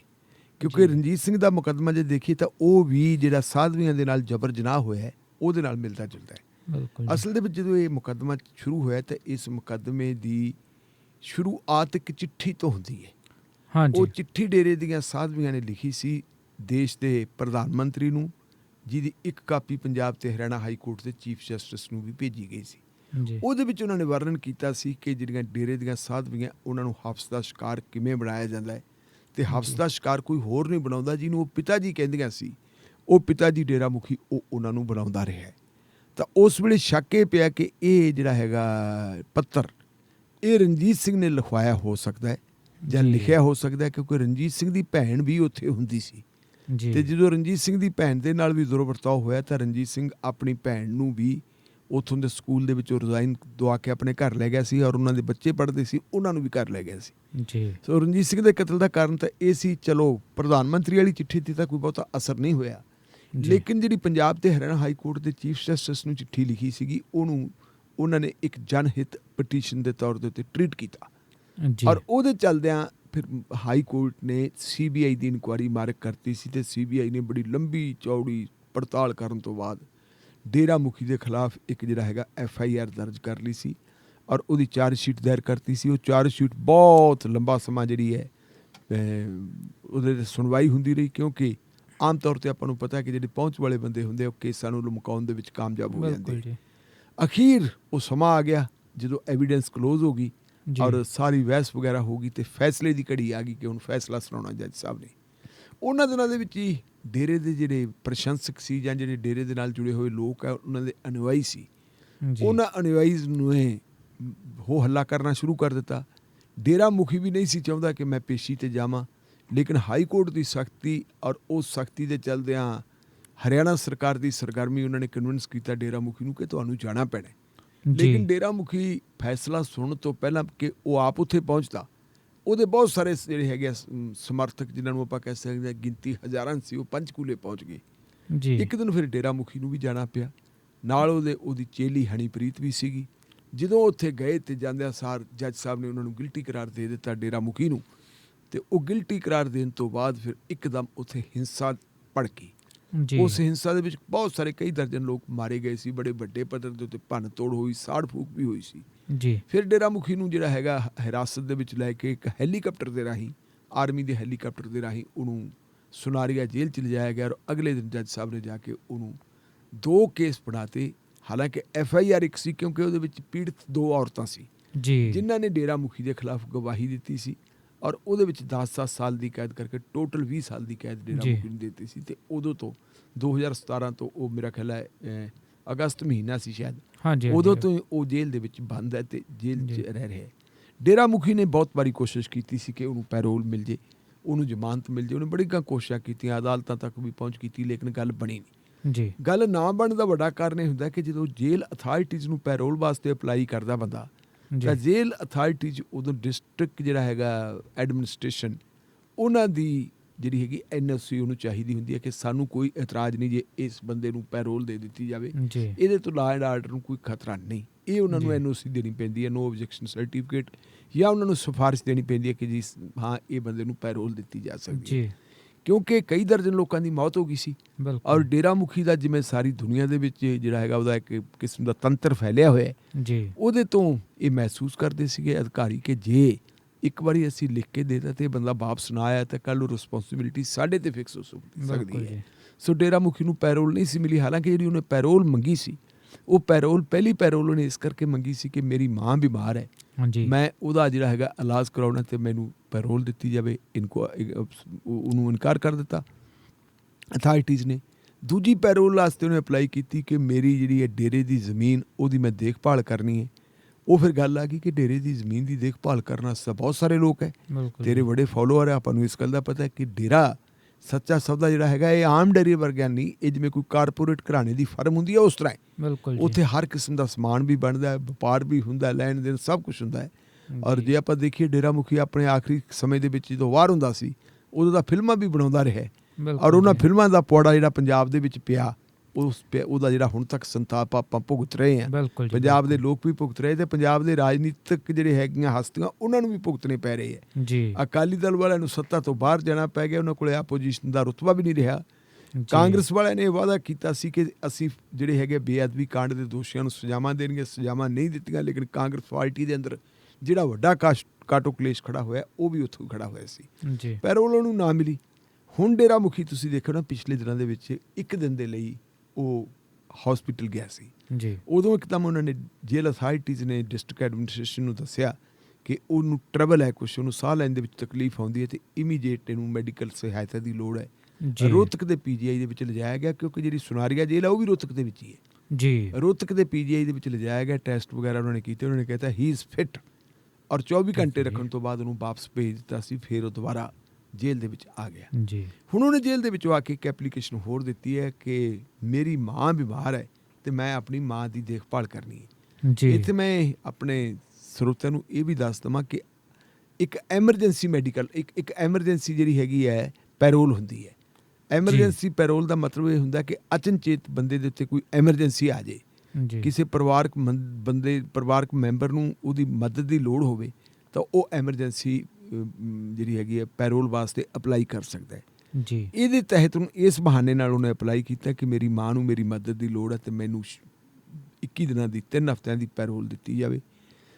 ਐਪਲੀਕੇਸ਼ਨ ਸੁਪਰਡੈਂਟ ਕੋਲੇ ਪਹੁੰਚ ਗਈ। ਉਹ ਸੁਪਰਡੈਂਟ ਨੇ ਉਹਦੇ 'ਤੇ ਡਿਸਟ੍ਰਿਕਟ ਜਿਹੜਾ ਹੈਗੀ ਹੈ ਪ੍ਰਸ਼ਾਸਨ ਉਹਨਾਂ ਦੀ ਰਿਪੋਰਟ ਮੰਗੀ ਹੋਈ ਹੈ। ਹੁਣ ਨਿਰਭਰ ਇਸ ਗੱਲ ਦੇ ਉੱਤੇ ਹੈ ਕਿ ਉਹ ਰਿਪੋਰਟ ਕੀ ਹੁੰਦੀ ਹੈ। ਵੈਸੇ ਜੇ ਆਪਾਂ ਦੇਖੀਏ ਤਾਂ ਕਿਉਂਕਿ ਜਿਹੜੀ ਹਰਿਆਣਾ ਦੀ ਸਰਕਾਰ ਹੈ ਉਹ ਭਾਰਤੀ ਜਨਤਾ ਪਾਰਟੀ ਦੀ ਸਰਕਾਰ ਹੈ। ਭਾਰਤੀ ਜਨਤਾ ਪਾਰਟੀ ਡੇਰਾਵਾਦ ਦੇ ਖਿਲਾਫ ਨਹੀਂ, ਕਿਉਂਕਿ ਉਹਦੇ ਕਿਸੇ ਨਾ ਕਿਸੇ ਤਰੀਕੇ ਜਿਹੜੀ ਹੈਗੀ ਹੈ ਡੇਰਾਵਾਦ ਉਹਨਾਂ ਦੀ ਵਿਚਾਰਧਾਰਾ ਦੇ ਅਨੁਕੂਲ ਹੀ ਚੱਲਦਾ, ਉਹਦੇ ਉਲਟ ਨਹੀਂ ਚੱਲਦਾ ਜੀ। ਇਸ ਲਈ ਜੇ ਵੇਖੀਏ ਆਪਾਂ ਭਾਰਤੀ ਜਨਤਾ ਪਾਰਟੀ ਦਾ ਇੱਕ ਵੋਟ ਬੈਂਕ ਵੀ ਬਹੁਤ ਵੱਡਾ ਹੈ। ਪਿਛਲੀਆਂ ਵੋਟਾਂ ਦੇ ਵਿੱਚ ਆਪਾਂ ਦੇਖਦੇ ਹਾਂ ਡੇਰੇ ਵਾਲੇ ਹਰਿਆਣੇ ਦੇ ਵਿੱਚ ਭਾਰਤੀ ਜਨਤਾ ਪਾਰਟੀ ਦੀ ਸਪੋਰਟ ਕਰਦੇ ਹੈ। ਅਗਾਂਹ 2024 ਦੇ ਵਿੱਚ ਲੋਕ ਸਭਾ ਦੀਆਂ ਚੋਣਾਂ ਆਉਣੀਆਂ, ਜਿਹੋ ਜਿਹਾ ਦੇਸ਼ ਦਾ ਮਾਹੌਲ ਬਣ ਰਿਹਾ ਉੱਥੇ ਭਾਰਤੀ ਜਨਤਾ ਪਾਰਟੀ ਨੂੰ ਥੋੜ੍ਹੀ ਜਿਹੀ ਟਰਬਲ ਲੱਗਦੀ ਹੈ। ਇਸ ਲਈ ਡੇਰੇ ਦੀਆਂ ਵੋਟਾਂ ਹਾਸਲ ਕਰਨ ਵਾਸਤੇ 2 ਸਟੇਟਾਂ 'ਚ ਹਰਿਆਣਾ ਔਰ ਪੰਜਾਬ ਖਾਸ ਕਰਕੇ ਤੇ ਆਮ ਕਰਕੇ ਆਪਾਂ ਦੇਖੀਏ ਤਾਂ ਰਾਜਸਥਾਨ ਦੇ ਵਿੱਚ ਵੀ ਉਹਨਾਂ ਦਾ ਇੱਕ ਵੋਟ ਬੈਂਕ ਹੈ। ਵੈਸੇ ਯੂਪੀ ਦੇ ਵਿੱਚ ਵੀ ਉਹਨਾਂ ਦਾ ਵੋਟ ਬੈਂਕ ਹੈ। ਹਾਂਜੀ ਬਿਲਕੁਲ। ਇਹ ਮਤਲਬ ਹੈ ਵੀ ਉਹ ਵੋਟ ਬੈਂਕ ਦੀ ਖਾਤਰ ਭਾਰਤੀ ਜਨਤਾ ਪਾਰਟੀ ਆਪਣੀ ਸਰਕਾਰ ਨੂੰ ਕਹਿ ਸਕਦੀ ਹੈ ਕਿ ਆਪਣੇ ਪ੍ਰਸ਼ਾਸਨ ਤੋਂ ਸਿਫਾਰਿਸ਼ ਕਰਵਾ ਦਿਓ। ਅਗਰ ਸਰਕਾਰ ਕਹੂਗੀ ਕਿ ਤੁਸੀਂ ਸਿਫਾਰਿਸ਼ ਕਰ ਦਿਓ ਕਿ ਇਸ ਬੰਦੇ ਨੂੰ ਪੈਰੋਲ 'ਤੇ ਰਿਹਾ ਕਰ ਦਿੱਤਾ ਜਾਵੇ ਤਾਂ ਫਿਰ ਉਹ ਰਿਹਾ ਕੀਤਾ ਜਾਊ। ਲੇਕਿਨ ਜੇ ਜਿਹੜੀਆਂ ਸਰਵਿਸ ਦੀਆਂ ਮਜਬੂਰੀਆਂ ਨੂੰ ਨੋਟ ਕੀਤਾ ਅਫਸਰਾਂ ਨੇ ਦੇਖਿਆ ਕਿ ਇਨ ਕੇਸ ਇਹ ਬੰਦਾ ਮੁੜ ਕੇ ਪੇਸ਼ ਹੀ ਨਾ ਹੋਇਆ, ਕੋਈ ਐਸੀ ਵੈਸੀ ਗੱਲ ਹੋਊਗੀ ਤਾਂ ਫਿਰ ਉਹਨਾਂ ਹਾਲਾਤਾਂ 'ਚ ਕੀ ਹੋਊ, ਜ਼ਿੰਮੇਵਾਰੀ ਉਹਨਾਂ 'ਤੇ ਵੀ ਫਿਕਸ ਹੋ ਸਕਦੀ ਹੈ। ਕਿਉਂਕਿ ਇਹ ਮਾਮਲਾ ਹਾਲੇ ਤੱਕ ਵੀ ਹਾਈ ਕੋਰਟ ਦੇ ਵਿੱਚ ਪੈਂਡਿੰਗ ਹੈ। ਉਹਨੇ ਅਪੀਲ ਪਾਈ ਹੋਈ ਹੈ ਜੀ ਔਰ ਅਦਾਲਤ ਜੋ ਪਹਿਲਾਂ ਵੀ ਫੈਸਲਾ ਹੋਇਆ ਜਿਹਦੇ 'ਚ ਇਹਨੂੰ ਸਜ਼ਾ ਹੋਇਆ ਉਹ ਫੈਸਲਾ ਵੀ ਹਾਈ ਕੋਰਟ ਦੀ ਨਿਗਰਾਨੀ ਦੇ ਵਿੱਚ ਹੀ ਹੋਇਆ ਸੀ ਜੀ। ਇਸ ਲਈ ਕੰਮ ਬੜਾ ਜਿਹੜਾ ਕ੍ਰਿਟੀਕਲ ਹੈ, ਪਰ ਵੇਖਾਂਗੇ ਵੀ ਆਉਣ ਵਾਲੇ ਦਿਨਾਂ 'ਚ ਹੁੰਦਾ ਕੀ ਹੈ। ਬਿਲਕੁਲ ਜੀ। ਸੋ ਇਹ ਤਾਂ ਹੋਈ ਰਾਮ ਰਹੀਮੀਤ ਦੀ ਗੱਲ। ਤੇ ਹੁਣ ਗੱਲ ਕਰਾਂਗੇ ਜੀ ਪੰਜਾਬ ਕਾਂਗਰਸ ਦੀ। ਸੋ ਭਾਵੇਂ ਮੰਤਰੀ ਹੋਣ ਭਾਵੇਂ ਇਹਨਾਂ ਦੇ ਵਿਧਾਇਕ ਹੋਣ, ਪਰ ਨਾਰਾਜ਼ਗੀਆਂ ਲੋਟ ਨਹੀਂ ਆ ਰਹੀਆਂ ਤੇ ਚੰਨੀ ਦੇ ਕਾਰਨ ਨਾਰਾਜ਼ ਕਾਂਗਰਸੀਆਂ ਨੇ ਕੀਤੀ ਹੈ ਮੀਟਿੰਗ। ਸੋ ਕਿਉਂ ਕਰਨੀ ਪੈ ਗਈ ਉਹਨਾਂ ਨੂੰ ਇਹ ਮੀਟਿੰਗ? ਦੇਖੋ, ਚੰਨੀ ਦੇ ਖਿਲਾਫ ਕੰਪਲੇਂਟ ਸੀ ਇੱਕ ਬਹੁਤ ਪੁਰਾਣੀ, ਪਹਿਲਾਂ ਪਹੁੰਚੀ ਸੀਗੀ ਜੀ ਆਪਣੇ ਵੂਮਨ ਕਮਿਸ਼ਨ ਦੇ ਕੋਲੇ, ਜਿਹਦੇ ਵਿੱਚ ਇਹ ਦੋਸ਼ ਸੀ ਉਹਦੇ 'ਤੇ ਕਿ ਉਹਨੇ ਇੱਕ ਮਹਿਲਾ IAS ਆਫਿਸਰ ਦੇ ਨਾਲ ਬਦਤਮੀਜ਼ੀ ਕੀਤੀ ਹੈ ਜੀ। ਉਦੋਂ ਪੰਜਾਬ ਦੇ ਮੁੱਖ ਮੰਤਰੀ ਭਾਵੇਂ ਇਜ਼ਰਾਈਲ ਦੇ ਵਿੱਚ ਗਏ ਹੋਏ ਸੀ, ਲੇਕਿਨ ਵਾਪਸੀ ਦੇ ਉੱਤੇ ਇਹ ਮਾਮਲਾ ਮੁੱਖ ਮੰਤਰੀ ਦੇ ਧਿਆਨ 'ਚ ਵੀ ਆਇਆ। ਜੀ IAS ਐਸੋਸੀਏਸ਼ਨ ਜਿਹੜੀ ਹੈਗੀ ਇਹਨਾਂ ਦੀ ਆਰਗੇਨਾਈਜੇਸ਼ਨ ਹੈ, ਉਹਨਾਂ ਨੇ ਕੰਪਲੇਂਟ ਵੇਲੇ ਦੇ ਚੀਫ ਸੈਕਟਰੀ ਕਰਨ ਅਵਤਾਰ ਸਿੰਘ ਹੋਰਾਂ ਨੂੰ ਦਿੱਤੀ ਸੀ। ਜੀ ਪਰ ਬਾਅਦ ਦੇ ਵਿੱਚ ਦੱਸਦੇ ਆ ਕਿ ਚੀਫ ਮਿਨਿਸਟਰ ਸਾਹਿਬ ਨੇ ਕਹਿ ਦਿੱਤਾ ਸੀਗਾ ਕਿ ਸੌਰੀ ਫੀਲ ਕਰ ਲਾ, ਔਰ ਉਹਨੇ ਸੌਰੀ ਫੀਲ ਕਰ ਲਈ ਸੀ ਤੇ ਉਹ ਮਾਮਲਾ ਠੰਡੇ ਬਸਤੇ 'ਚ ਪਾਤਾ ਸੀ। ਜੀ ਹੁਣ ਕਾਂਗਰਸ ਪਾਰਟੀ ਦੇ ਅੰਦਰ ਕਾਟੋ ਕਲੇਸ਼ ਜ਼ਿਆਦਾ ਵੱਧ ਗਿਆ। ਉਸ ਬਿਲਕੁਲ ਕਾਟੋ ਜੀ। ਕਲੇਸ਼ ਦੇ ਚੱਲਦਿਆਂ ਮਨੀਸ਼ਾ ਗੁਲਾਟੀ ਜਿਹੜੀ ਬੀਬੀ ਵੂਮਨ ਕਮਿਸ਼ਨ ਦੀ ਚੇਅਰਪਰਸਨ ਹੈ, ਉਹਨੇ 2 ਦਿਨ ਪਹਿਲਾਂ ਪ੍ਰੈਸ ਕਾਨਫਰੰਸ ਕਰਕੇ ਤੇ ਥ੍ਰੈਟ ਕਰਤਾ ਸੀ ਜੀ ਕਿ ਜੇ ਮੈਂ ਬਾਰ-ਬਾਰ ਇਹਨਾਂ ਨੂੰ ਕਹਿ ਰਹੀ ਹਾਂ ਕਿ ਜੀ ਮੈਨੂੰ ਰਿਪੋਰਟ ਭੇਜੋ, ਤੁਸੀਂ ਕੀਤਾ ਕੀ ਹੈ, ਇਹਨਾਂ ਨੇ ਮੈਨੂੰ ਜਵਾਬ ਨਹੀਂ ਭੇਜਿਆ। ਅਗਰ ਇਹਨਾਂ ਨੇ ਜਵਾਬ ਨਾ ਭੇਜਿਆ 1 ਹਫ਼ਤੇ 10 ਦਿਨਾਂ ਦੇ ਵਿੱਚ ਤਾਂ ਮੈਂ ਮੁੜ ਕੇ ਭੁੱਖ ਹੜਤਾਲ ਤੇ ਬੈਠੂੰਗੀ ਜੀ ਮਟਕਾ ਚੌਕ ਦੇ ਵਿੱਚ। ਇਸ ਥ੍ਰੈਟ ਤੋਂ ਬਾਅਦ ਜਿਹੜੇ ਹੈਗੇ ਹੈ ਇਹਨਾਂ ਦੇ ਨਾਲ ਜੁੜੇ ਹੋਏ ਸਾਰੇ ਇਹਨਾਂ ਦੇ ਸਾਥੀ, ਉਹਨਾਂ ਦੀ ਕੱਲ੍ਹ ਮੀਟਿੰਗ ਹੁੰਦੀ ਹੈ ਚੰਨੀ ਦੇ ਘਰ ਦੇ ਵਿੱਚ। ਪ੍ਰਤਾਪ ਸਿੰਘ ਬਾਜਵਾ ਨੇ ਅਧਿਕਾਰਤ ਤੌਰ ਤੇ ਜਦੋਂ ਬਾਹਰ ਆਏ ਤੇ ਉਹਨਾਂ ਨੂੰ ਪੁੱਛਿਆ ਵੀ ਕਿੰਨੇ ਲੋਕ ਹੈ, ਜੀ ਉਹਨਾਂ ਨੇ ਕਿਹਾ ਜੀ 5 ਵਜ਼ੀਰ ਹੈ ਤੇ 7 MLA। ਜੀ ਇਹਦਾ ਮਤਲਬ ਹੈ ਕਿ 12 MLA ਹੋ ਗਏ। ਬਿਲਕੁਲ ਤੇ ਜੀ ਜੇ 12 ਬਿਲਕੁਲ। MLA ਹੁੰਦੇ ਤੇ 12 MLA ਦੀ ਸਟਰੈਂਥ ਕਾਫੀ ਹੈ। ਬਿਲਕੁਲ ਲੇਕਿਨ ਜਦੋਂ ਜੀ। ਪੱਤਰਕਾਰਾਂ ਨੇ ਇਹ ਪੁੱਛਿਆ ਕਿ ਤੁਸੀਂ ਦੱਸੋ ਕੀ ਨਾਂ ਉਹਨਾਂ ਦੇ, ਨਾਂ ਕਿਸੇ ਨੇ ਨਹੀਂ ਸੀ ਦੱਸਿਆ। ਜਿਹੜੇ ਨਾਂ ਸਾਹਮਣੇ ਆਏ ਆ ਆਪਣੇ, ਜਿਹੜੇ ਲੋਕ ਅੰਦਰ ਜਾਂਦੇ ਦੇਖੇ, ਉਹਨਾਂ ਦੇ ਵਿੱਚੋਂ ਇੱਕ ਨੱਥੂ ਰਾਮ ਗਿਆ ਮਲੋਟਵਾਲ ਆਪਣਾ ਬੱਲੂਆਣਾ ਤੋਂ MLA। ਹਾਂਜੀ ਇੱਕ ਜਿਹੜੇ ਹੈਗੇ ਆ ਸੁਰਜੀਤ ਸਿੰਘ ਧੀਮਾਨ ਉਹ ਗਏ। ਜੀ 2 MLA ਗਏ ਅਮਰਗੜ੍ਹ ਤੋਂ। ਔਰ ਨਾਲ ਹੀ ਫਿਰ ਗੱਲ ਜਿਹੜੀ ਦੂਜੀ ਆ ਗਈ, ਕਾਂਗਰਸ ਪਾਰਟੀ ਦੇ ਜਿਹੜੇ ਸੂਤਰ ਆ ਉਹ ਦੱਸਦੇ ਕਿ ਵਜ਼ੀਰ ਵੀ ਸਿਰਫ 2 ਹੀ ਸੀ ਉੱਥੇ। ਇੱਕ ਜੀ। ਸੀਗੇ ਆਪਣੇ ਸੁਖਜਿੰਦਰ ਸਿੰਘ ਰੰਧਾਵਾ ਤੇ ਦੂਜਾ ਚੰਨੀ ਸਾਹਿਬ ਦਾ ਤਾਂ ਆਪਣਾ ਘਰ ਹੀ ਹੈ। ਜੀ ਸੋ ਉਹ ਮੀਟਿੰਗ ਉੱਥੇ ਹੋਈ ਹੈ। ਹੁਣ ਵੱਡੀ ਗੱਲ ਇਹ ਹੈ ਕਿ ਇੱਕ ਗੱਲ ਤਾਂ ਕੈਪਟਨ ਅਮਰਿੰਦਰ ਸਿੰਘ ਨੂੰ ਕੰਧ ਤੇ ਲਿਖਿਆ ਪੜ੍ਹ ਲੈਣਾ ਚਾਹੀਦਾ ਹੈ ਕਿ ਉਹਨਾਂ ਦੇ ਵਿਧਾਇਕ ਜਿਹੜੇ ਹੈਗੇ ਉਹ ਇਕਮੁੱਠ ਹੋਣੇ ਸ਼ੁਰੂ ਹੋ ਗਏ। ਬਿਲਕੁਲ ਔਰ ਜੀ। ਉਹਦਾ ਇਕਮੁੱਠ ਹੋਣ ਦਾ ਕਾਰਨ ਕੀ ਹੈ ਕਿ ਕਿਉਂਕਿ ਵਿਧਾਇਕ ਬਹੁਤ ਲੰਬੇ ਸਮੇਂ ਤੋਂ ਆਪਣੇ ਆਪ ਨੂੰ ਇਗਨੋਰਡ ਸਮਝਦੇ ਸੀ, ਜੀ ਕਿਉਂਕਿ ਸਾਰੀ ਦੀ ਸਾਰੀ ਪਾਵਰ ਜਿਹੜੀ ਹੈ ਅਫਸਰਾਂ ਦੇ ਕੋਲੇ ਹੈ। ਬਿਲਕੁਲ ਜੀ। ਕੈਪਟਨ ਅਮਰਿੰਦਰ ਸਿੰਘ ਜਦੋਂ 2002 ਦੇ ਵਿੱਚ ਮੁੱਖ ਮੰਤਰੀ ਬਣਦੇ ਹੈ, ਉਦੋਂ ਸਭ ਤੋਂ ਪਹਿਲਾ ਕੰਮ ਉਹਨਾਂ ਨੇ ਇਹ ਕੀਤਾ ਸੀ ਕਿ ਜਿਹੜੇ ਪੁਰਾਣੇ ਮੇਜ਼ ਕੁਰਸੀਆਂ ਸੀ ਉਹ ਸਾਰੇ ਤਬਦੀਲ ਕਰਤੇ ਸੀ। ਜੀ ਮੇਜ਼ ਕੁਰਸੀਆਂ ਤੋਂ ਭਾਵ ਹੈ ਕਿ ਜਿਹੜੀ ਪੁਰਾਣੀ ਮਸ਼ੀਨਰੀ ਹੈ ਉਹ ਸਾਰੀ ਬਦਲਤੀ ਸੀ। ਹਾਂਜੀ ਕਿਉਂਕਿ ਜਦੋਂ ਕੋਈ ਨਵਾਂ ਅਫਸਰ ਬਦਲ ਕੇ ਆਉਂਦਾ ਤੇ ਨਵਾਂ ਅਫਸਰ ਆ ਕੇ ਆਪਣੇ ਦਫ਼ਤਰ ਦਾ ਫਰਨੀਚਰ ਤੇ ਜੀ, ਤੁਹਾਡੇ ਜੀ। ਪਰਦੇ ਪੁਰਦੇ ਸਭ ਚੇਂਜ ਕਰ ਦਿੰਦੇ। ਬਿਲਕੁਲ ਜੀ। ਇਦਾਂ ਹੀ ਕੈਪਟਨ ਅਮਰਿੰਦਰ ਸਿੰਘ ਨੇ ਚੀਫ ਸੈਕਟਰੀ ਵੀ ਬਦਲਤਾ ਸੀ, DGP ਵੀ ਬਦਲਤਾ ਸੀ, ਮੰਤਰੀ ਮੰਡਲ ਮਗਰੋਂ ਬਣਾਇਆ ਸੀ, ਲੇਕਿਨ ਪਹਿਲਾਂ ਜ਼ਿਲ੍ਹਾ ਪੱਧਰ ਦੇ ਅਫਸਰ ਤੱਕ ਵੀ ਬਦਲਤੇ ਸੀ। ਜੀ ਐਤਕੀ ਗੱਲ ਉਹ ਨਹੀਂ ਹੈ। ਐਤਕੀ ਤਾਂ ਪੁਰਾਣੀ ਟੀਮ ਜਿਹੜੀ ਅਕਾਲੀ ਦਲ ਵਾਲਿਆਂ ਦੀ ਉਹ ਰੱਖੀ ਵੀ ਹੈ। ਔਰ ਵਾਰ-ਵਾਰ MLA ਵੱਲੋਂ ਇਹ ਕਿਹਾ ਜਾ ਰਿਹਾ ਕਿ ਸਾਡੀ ਤਾਂ ਕੋਈ ਸੁਣਦਾ ਨਹੀਂ ਤੇ ਅਕਾਲੀਆਂ ਦੀ ਕੋਈ ਮੋੜਦਾ ਨਹੀਂ। ਜੀ ਸਾਨੂੰ ਕੋਈ ਪਾਣੀ ਨਹੀਂ ਪੁੱਛਦਾ ਤੇ ਅਕਾਲੀਆਂ ਨੂੰ ਚਾਹ ਤੇ ਲੱਸੀ ਵੀ ਮਿਲਦੀ ਹੈ। ਉਹਨਾਂ ਦੀ ਇਹ ਜੇ ਅਸੀਂ ਦੇਖੀਏ DGP ਸੀ ਮਿਸਟਰ ਸੁਰੇਸ਼ ਅਰੋੜਾ, ਲਾਇਆ ਬਾਦਲ ਸਰਕਾਰ ਨੇ ਸੀ, ਔਰ ਉਹ ਕਿੰਨਾ ਲੰਬਾ ਸਮਾਂ ਕੱਟ ਗਏ। ਬਾਅਦ ਦੇ ਵਿੱਚ ਸੁਰੇਸ਼ ਅਰੋੜਾ ਸਾਹਿਬ ਨੂੰ ਜਿਹੜਾ ਹੈਗਾ ਚੀਫ ਜਿਹੜਾ ਸੂਚਨਾ ਕਮਿਸ਼ਨਰ ਵੀ ਲਾ ਦਿੱਤਾ ਸੀ। ਜੇ SSPਆਂ ਤੇ ਅਸੀਂ ਨਿਗਾਹ ਮਾਰੀਏ ਤੇ ਬਹੁਤ ਸਾਰੇ SSP ਉਹ ਲੱਗੇ ਵੀ ਹੈ, DIG ਉਹ ਲੱਗੇ, IG ਉਹ ਲੱਗੇ ਹੋਏ ਆ ਜਿਹੜੇ ਬਾਦਲਾਂ ਦੇ ਰਾਜ ਦੇ ਵਿੱਚ ਹੁੰਦੇ ਸੀ। ਔਰ ਇਹ ਉਹ ਲੋਕ ਹੈ ਜਿਨ੍ਹਾਂ ਨੇ ਕਾਂਗਰਸੀ ਲੀਡਰਾਂ ਦੇ ਉੱਤੇ, ਵਰਕਰਾਂ ਦੇ ਉੱਤੇ ਤਸ਼ੱਦਦ ਕੀਤਾ ਸੀ। ਜੀ ਅਕਾਲੀ ਦਲ ਦੇ ਦੌਰ ਦੇ ਵਿੱਚ ਜਿਹੜੀ ਹੈ ਉਹਨਾਂ ਦੇ ਉਹ ਵਲੰਟੀਅਰ ਬਣ ਕੇ ਕੰਮ ਕਰਦੇ ਹੁੰਦੇ ਸੀ। ਜਿਹੜੇ ਉਹਨਾਂ ਦੇ ਵਲੰਟੀਅਰ ਬਣ ਕੇ ਕੰਮ ਕਰਦੇ ਸੀ ਤੇ ਉਹ ਅੱਜ ਵੀ ਅਕਾਲੀਆਂ ਦੇ ਪ੍ਰਤੀ ਉਹਨਾਂ ਦਾ ਜਿਹੜਾ ਹੈਗਾ ਨਜ਼ਰੀਆ ਬੜਾ ਥੋੜਾ ਜਿਹਾ ਨਰਮ ਹੈ। ਇਹਦੇ ਨਰਮ ਦੇ ਚੱਲਦਿਆਂ ਹੋਇਆ ਜਿਹੜੀ ਬੇਚੈਨੀ ਸੀ ਪਿਛਲੇ ਲੰਬੇ ਸਮੇਂ ਤੋਂ, ਕਿਉਂਕਿ ਇਲੈਕਸ਼ਨ ਦੇ ਵਿੱਚ ਤਾਂ ਟਾਈਮ ਹੀ ਥੋੜਾ ਰਹਿ ਗਿਆ। ਅਗਲੇ ਸਾਲ ਦੇ ਫਰਵਰੀ ਮਹੀਨੇ ਦੇ ਵਿੱਚ ਮੇਰਾ ਖਿਆਲ ਇਲੈਕਸ਼ਨ ਹੋ ਜਾਣੀ ਹੈ। ਬਿਲਕੁਲ ਜੀ। ਹਾਂ, ਉਹ ਫਰਵਰੀ ਮਹੀਨੇ ਤੱਕ ਇਲੈਕਸ਼ਨ ਹੋਣੀ ਹੈ ਤਾਂ ਅਗਲੇ ਹੁਣ ਸਾਰੇ ਦੇ ਸਾਰੇ ਜਿਹਨਾਂ ਦਾ ਡਰ ਚੱਕਿਆ ਗਿਆ, ਜੀ ਉਹਨਾਂ ਨੂੰ ਇਹ ਹੈ ਕਿ ਜੇ ਆਪਾਂ ਬਚਣਾ ਤਾਂ ਆਪਣੇ ਆਪ ਨੂੰ ਬਚਾਓ। ਕਿਉਂਕਿ ਜਿਹੜੀ ਹੈਗੀ ਪੰਥਕ ਏਜੰਡਾ, ਪਹਿਲਾਂ ਕੈਪਟਨ ਅਮਰਿੰਦਰ ਸਿੰਘ ਨੇ ਪੰਥਕ ਏਜੰਡੇ ਦੇ ਆਧਾਰ ਦੇ ਉੱਤੇ ਆਪਣੀ ਸਰਕਾਰ ਬਣਾਈ ਸੀ। ਉਦੋਂ ਉਹਨਾਂ ਨੇ ਇਹ ਕਿਹਾ ਸੀ ਕਿ ਬੇਅਦਬੀ ਕਾਂਡ ਦੇ ਦੋਸ਼ੀਆਂ ਨੂੰ ਸਜ਼ਾਵਾਂ ਦਿੱਤੀਆਂ ਜਾਣਗੀਆਂ। ਬੇਅਦਬੀ ਕਾਂਡ ਤੋਂ ਬਾਅਦ ਜਿਹੜੀਆਂ ਵਾਪਰੀਆਂ ਘਟਨਾਵਾਂ ਉਹਨਾਂ ਦੇ ਨੂੰ ਵੀ ਸਜ਼ਾਵਾਂ ਦਿੱਤੀਆਂ ਜਾਣਗੀਆਂ। ਔਰ ਨਾਲ ਉਹਨਾਂ ਨੇ ਜਿਹੜੀ ਹੈ ਇਹ ਗੱਲ ਕਹੀ ਸੀ ਕਿ ਮੈਂ ਜਿਹੜਾ ਹੈਗਾ ਅਹਿਦ ਕਰਦਾ, ਜਦੋਂ ਬਠਿੰਡੇ ਉਹਨਾਂ ਨੇ ਟੇਕ ਓਵਰ ਕੀਤਾ ਬਤੌਰ ਕਾਂਗਰਸ ਪ੍ਰੈਜ਼ੀਡੈਂਟ। ਹੁਣ ਇਹ ਮੁੱਦਾ ਸੀ, ਇਹ ਮੁੱਦਾ ਜਿਹੜਾ ਇਸ ਵੇਲੇ ਜਿਹੜਾ, ਕਿਉਂਕਿ ਇਸ ਮੁੱਦੇ ਦੇ ਆਧਾਰ ਦੇ ਉੱਤੇ ਲੋਕਾਂ ਦੇ ਵਿੱਚ ਨਾਰਾਜ਼ਗੀ ਹੈ ਕਿ ਜਿਹੜਾ ਤੁਸੀਂ ਸਾਡੇ ਨਾਲ ਪ੍ਰੋਮਿਸ ਕੀਤਾ ਸੀ ਉਹ ਪੂਰਾ ਨਹੀਂ ਕੀਤਾ। ਤੇ ਜੇ ਅਸੀਂ ਇਹਨਾਂ MLAs ਦੇ ਉੱਤੇ ਨਿਗਾਹ ਮਾਰੀਏ, MLAs ਉਹ ਹੈ ਜਾਂ ਵਜ਼ੀਰ ਉਹ ਹੈ ਜਿਹੜੇ ਉਹਨਾਂ ਹਲਕਿਆਂ 'ਚ ਆਉਂਦੇ ਆ ਜਿੱਥੇ ਸਿੱਖ ਜਿਹੜਾ ਹੈਗਾ ਅਸਰ ਕਾਫੀ ਹੈ, ਸਿੱਖ ਜਿਹੜਾ ਹੈਗਾ ਪ੍ਰਭਾਵ ਕਾਫੀ ਹੈ। ਮਿਸਾਲ ਦੇ ਤੌਰ ਤੇ ਚਰਨਜੀਤ ਸਿੰਘ ਚੰਨੀ ਹੈ।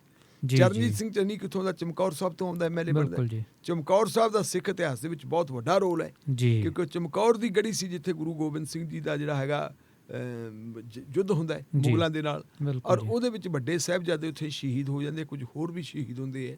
ਉੱਥੋਂ ਫਿਰ ਗੁਰੂ ਸਾਹਿਬ ਜਿਹੜੇ ਹੈਗੇ ਆ ਕਿਵੇਂ ਤੁਹਾਡਾ ਮਾਛੀਵਾੜੇ ਦੇ ਵਿੱਚ ਦੀ ਹੁੰਦੇ ਹੋਏ ਮਾਲਵੇ ਨੂੰ ਆਉਂਦੇ ਹੈ।